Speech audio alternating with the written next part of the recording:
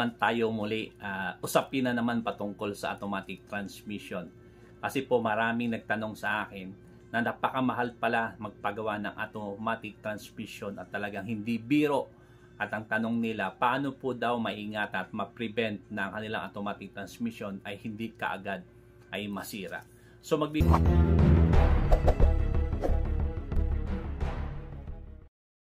Ibigay lamang po tayo ng ilang puntos para maingatan po natin ang ating pong automatic transmission.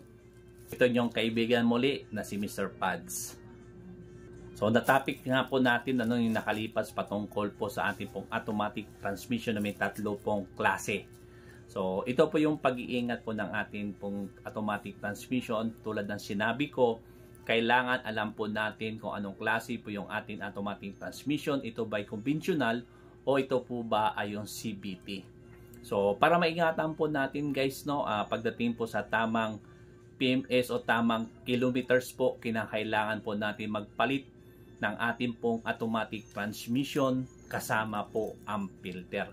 Kadalasan dyan, katulad ng CVT po ay between 80 to 100 kilometers ay papalitan na po natin yan kahit may kamahalan.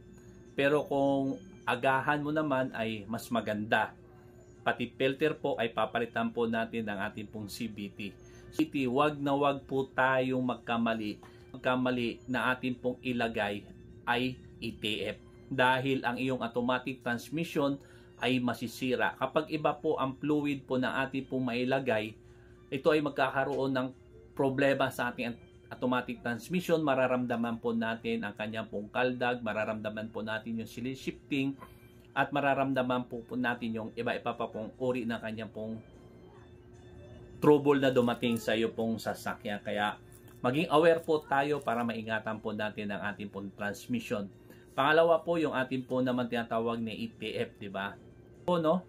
Nagtatanong po sa akin patungkol sa kanilang Ranger, sa kanila pong Montero, Toyota o iba man po na kapag ang iyong pong transmission ay conventional, kinakailangan mo magpalit ng automatic transmission between 40 kilometers to 60.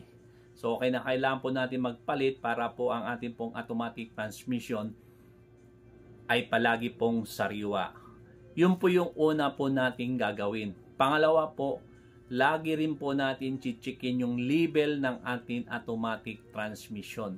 Kasi po kapag mababa po ang level ng ating automatic transmission po, ay magkakaroon po tayo ng same problem. Kaldag, magkakaroon po tayo ng jerking, magkakaroon po ng delay shifting, at marami pa pong issue na lalabas katulad ng papainitin mo pa, o marami pa pong magiging issue po kapag ang ating pong automatic transmission ay kulang sa langis. At magiging dahilan po ng ating pong transmission ay masira. Halimbawa po, kapag ang ating pong automatic transmission nakitaan po natin na mayroon na pong leak, may tulo tayo nakikita sa sahig po, pa-check po natin. Kasi once na tayo po ay tumakbo at ito ay mahubusan ng fluid o transmission fluid o CVT, 99% ang iyo pong automatic transmission ay masisira.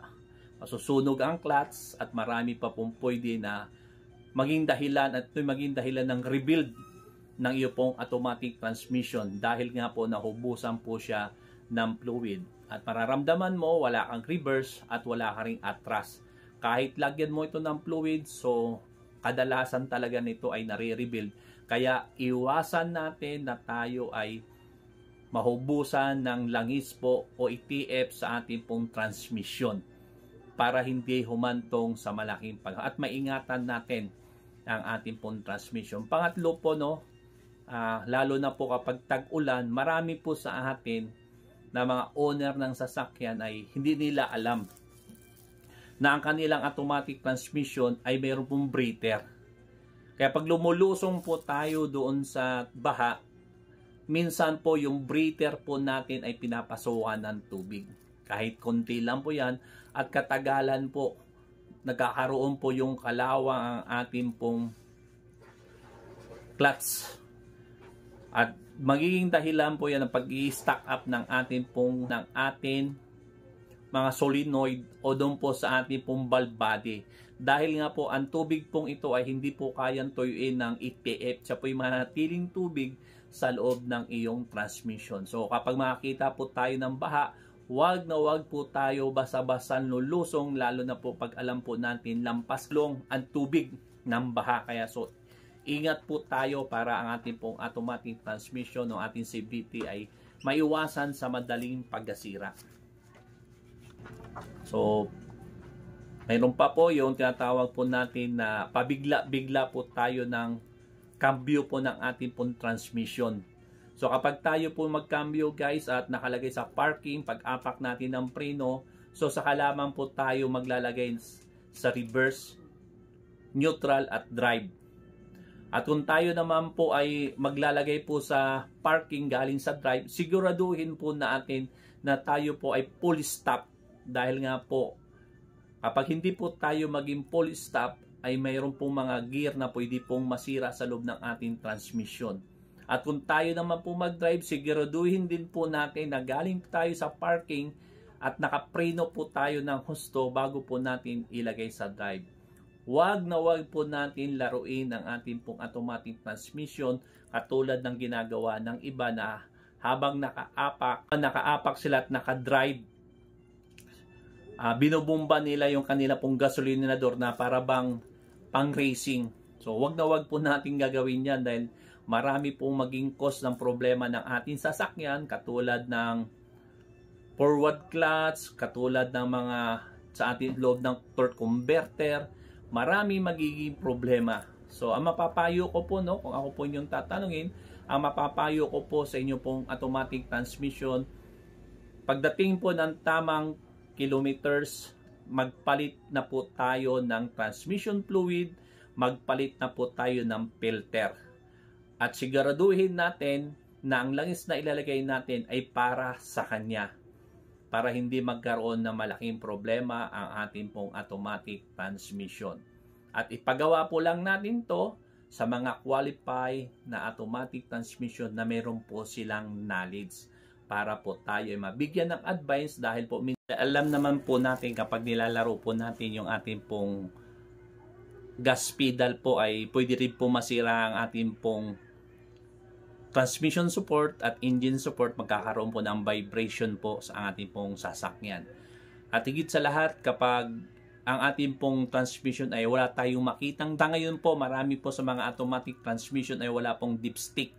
So ang nakagawa lamang po niyan ay mga qualify po na automatic transmission na pwede po silang magpalit ng mga fluid ng ating pong transmission. Kaya importante po na dalhin po natin sila sa mga qualify na automatic transmission. Dahil po, ang pagsukat po ng langis po ng automatic transmission na walang dipstick po ay sa ilalim.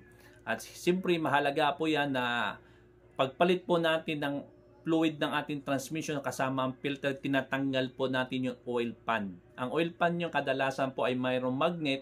Makikita po doon na isa pong qualified na technician po na kung anong klaseng bakal ang mga dumikit po doon sa ating pong automatic transmission, at mabigyan tayo ng magandang advice para sa ating automatic transmission kung mayroon ba siya naging